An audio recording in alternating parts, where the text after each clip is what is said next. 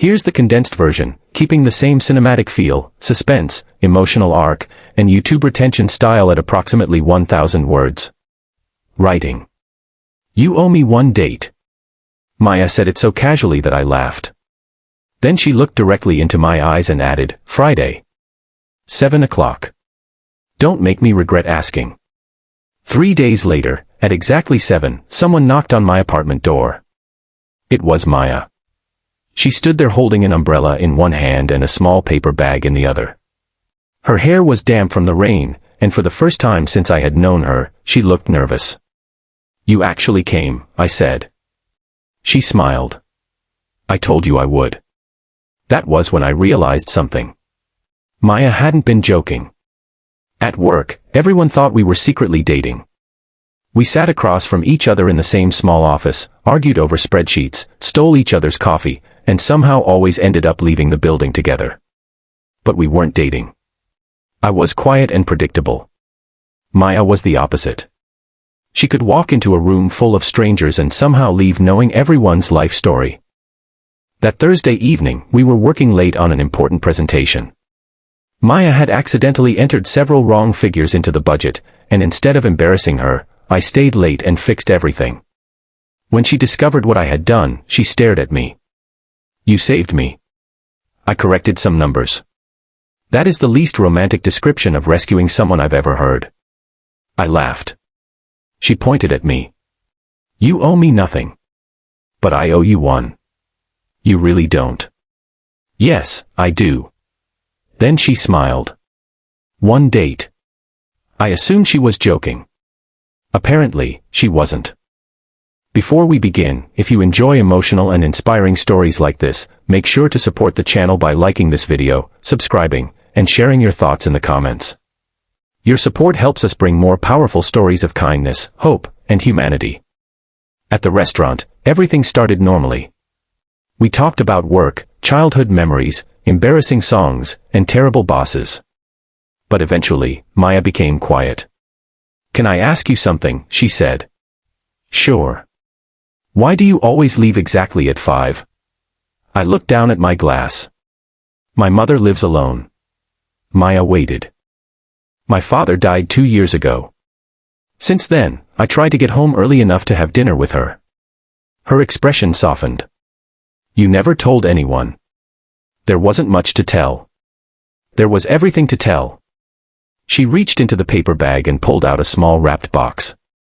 I brought this because there's something I need to tell you. Inside was an old brass key attached to a faded blue ribbon. My grandmother gave me this before she died, Maya said. It opens her old house outside town. Why haven't you gone? Because I haven't been brave enough. She looked at me. I want to go now. But I don't want to go alone. The next Saturday, we drove out of town. The house stood behind a line of trees, its white paint faded and its porch slightly broken. Maya stopped at the gate. I haven't been here since her funeral.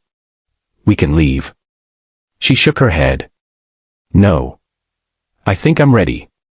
Inside, everything was covered in dust, but the house still felt alive.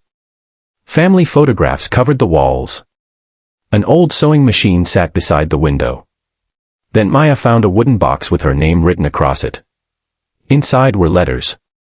She opened one and immediately began crying. What does it say? I asked. She handed it to me. Her grandmother had written about strength.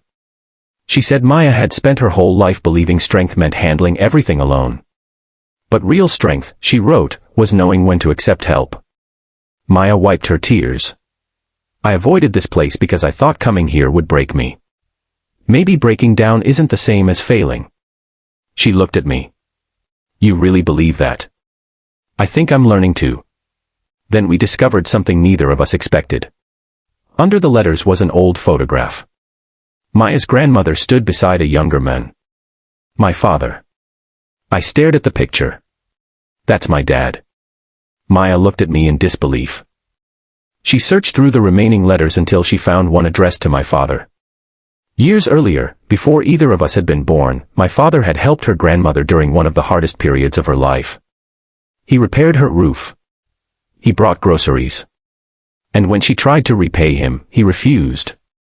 He simply told her, "Someone helped my family once. I'm just passing it forward." Maya began crying again. My grandmother wrote that she hoped I'd someday meet someone who carried that same kind of kindness. I smiled sadly. My father never told me any of this. Maybe he didn't want praise. We sat together in silence. Finally Maya whispered, "Maybe kindness doesn't disappear." "No," I said. "Maybe it just keeps traveling." On the drive home, Maya looked out the window. At a red light, she turned toward me. "I'm glad I showed up Friday." "Me too." She smiled. "I think you owe me another date now." I laughed. "I thought you owed me." "Not anymore." Months passed. Then the company announced a major restructuring. Maya was offered a promotion in another city. It was everything she had wanted. Yet when she told me, she looked frightened. "It's a great opportunity," she said. "So why are you scared?" "Because leaving means starting over." I remembered her grandmother's letter. Maybe starting over is another word for being brave. Maya smiled. "You're getting dangerously good at saying exactly what I need to hear." She moved away 2 weeks later. We promised to stay in touch. For a while, we called every Sunday. Then life became busy. Until one winter evening, I found an envelope beneath my apartment door.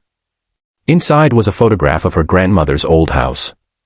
On the back, Maya had written, "Some places deserve a second chance. So do some people." I called her immediately. "Did you buy the house?" "Maybe." "Maya." She laughed. "I did." She told me she was turning it into a community center where people could get food, support, and a safe place to ask for help without feeling ashamed. Then she became quiet. "There's one more thing." "What?" "I'll be in town Friday." I smiled. 7 o'clock. Exactly. The following spring, the community center opened. Maya invited my mother. When Mom saw the photograph of my father hanging near the entrance, she touched the frame with trembling fingers. "He would have hated this," she whispered. Maya laughed. "Then it's perfect." Children filled the building.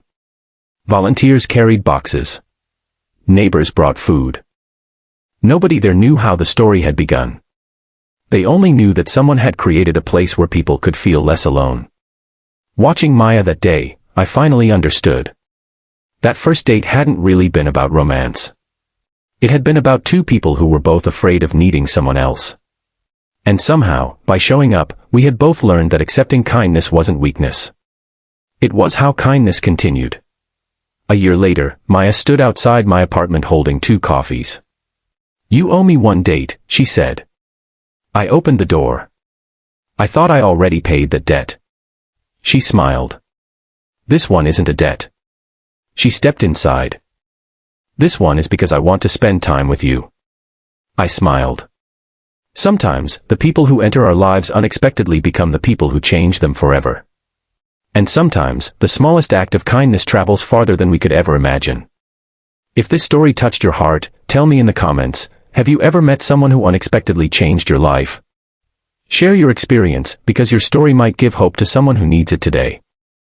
And if this story reminded you that kindness, courage, and compassion still matter, like this video and subscribe for more inspiring stories about hope, humanity, and the beautiful surprises life brings when we simply choose to show up.